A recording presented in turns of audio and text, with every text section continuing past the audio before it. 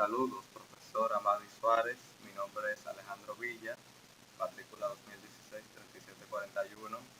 Mi frase motivadora para el estudio será: lo que hoy te parece un gran sacrificio, en el futuro lo vas a ver como el mayor logro de tu vida. Ahora voy a explicar la tarea 2 sobre la historia de la computadora. Empezando, ¿qué es una computadora? La computadora es una máquina electrónica que recibe y procesa datos para convertirlos en información conveniente y útil. Un ordenador está formado físicamente por numerosos circuitos integrados y otros muchos componentes de apoyo, extensión y accesorios que en conjunto pueden ejecutar tareas diversas con suma rapidez y bajo el control de un programa. Seguimos. La segunda diapositiva es sobre la pascarina. Fue la primera calculadora que funcionaba a base de ruedas y engranajes, inventada en 1642 por el filósofo y matemático francés Blaise Pascal. El primer nombre que le dio a su invención fue máquina de aritmética, luego la llamó rueda pascalina y finalmente pascalina. Este invento es el antepasado remoto del actual ordenador. La máquina analítica es el diseño de un computador moderno de uso general realizado por el profesor británico de matemáticas Charles Babbage. Representó un paso importante en la historia de la informática. Fue inicialmente descrita en 1816, aunque Babbage continuó refinando el diseño hasta su muerte en 1871. La máquina no pudo construirse debido a razones de índole política, pues hubo detractores por un posible uso de la máquina para fines bélicos. Telar automático. El telar de Jacquard es un telar mecánico inventado por Joseph Marie Jacquard en 1801. El artilugio utilizaba tarjetas perforadas para conseguir tejer patrones en la tela, permitiendo que hasta los usuarios más inexpertos pudieran elaborar complejos diseños. La invención se basaba en los instrumentos que anteriormente diseñaron Basile Duchon, Jean-Baptiste Falcon y Jacques Vaucanson, todos ellos de nacionalidad francesa. Ahora bien, la máquina tabuladora. La máquina tabuladora es una de las primeras máquinas de aplicación en informática. En 1890, Hermann Hollerith había desarrollado un sistema de tarjetas perforadas eléctricas y basado en la lógica de Boole, aplicándolo a una máquina tabuladora de su invención. La máquina de Hollerith se usó para tabular el censo de aquel año en los Estados Unidos. La Mark I.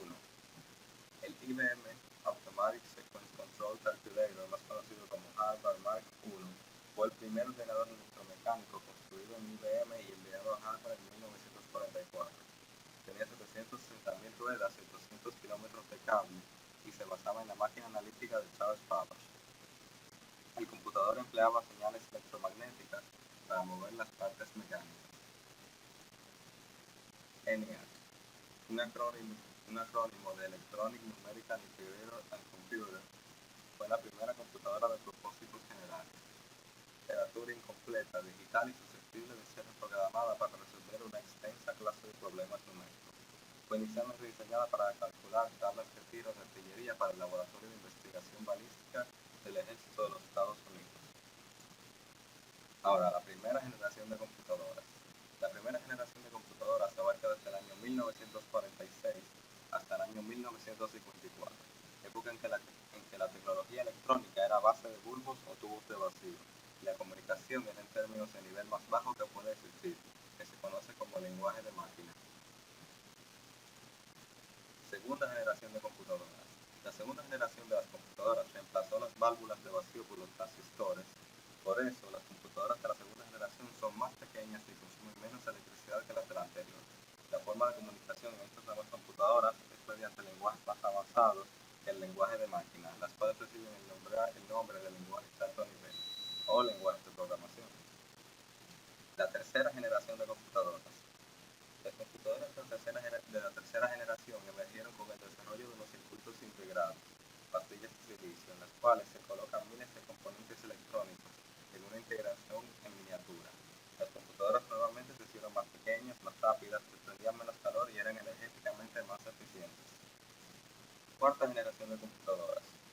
La cuarta generación es el producto de la micro-miniaturización de los circuitos electrónicos.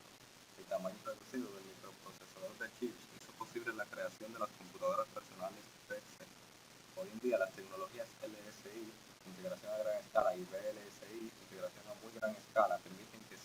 miles de componentes electrónicos se almacenen en un solo archivo. Usando VLSI, un fabricante puede hacer que una computadora pequeña rivalice con una computadora de la primera generación que ocupaba un cuarto completo, hicieron su gran debut las microcomputadoras. Quinta generación de computadoras. La quinta generación, también conocida por sus siglas en inglés, fue un ambicioso proyecto hecho por Japón a finales de la década de 1970. Su objetivo era el desarrollo de una nueva clase de computadoras que utilizarían técnicas y tecnologías de inteligencia artificial, tanto del plano del hardware como del software, usando el lenguaje Prolog 2 al nivel del lenguaje de máquina y serían capaces de resolver problemas complejos. El tiempo Unix o tiempo POSIX es un sistema para la descripción de instantes de tiempo. Se define como la cantidad de segundos transcurridos desde la medianoche UTC del 1 de enero de 1970, sin contar segundos intercalares. Es universalmente usado no solo en sistemas operativos tipo Unix, sino también en muchos otros sistemas computacionales. La primera computadora que funcionó en otro LED fue la de la sonda Venera 4, sonda lanzada en 1967 por la Unión Soviética para aterrizar en Venus. Envió datos a la Tierra de las condiciones atmosféricas de Venus. La laptop más rápida actualmente vendría siendo la GT83UR Titan Slide de GeForce, de MSI. Ahora yo voy a explicarles algunos códigos que usé. Primero creé la diapositiva de presentación, en donde pongo HTML como siempre, la cabecera de la página, y un título, que es lo que sale aquí arriba. Luego en el cuerpo pongo la introducción, mi nombre, la presentación, mi matrícula y el botón de siguiente con el código SpanID y la referencia al próximo slide. Y ahí fui haciendo cada slide con más o menos la misma técnica. Puse además un botón de anterior para ir a la diapositiva anterior.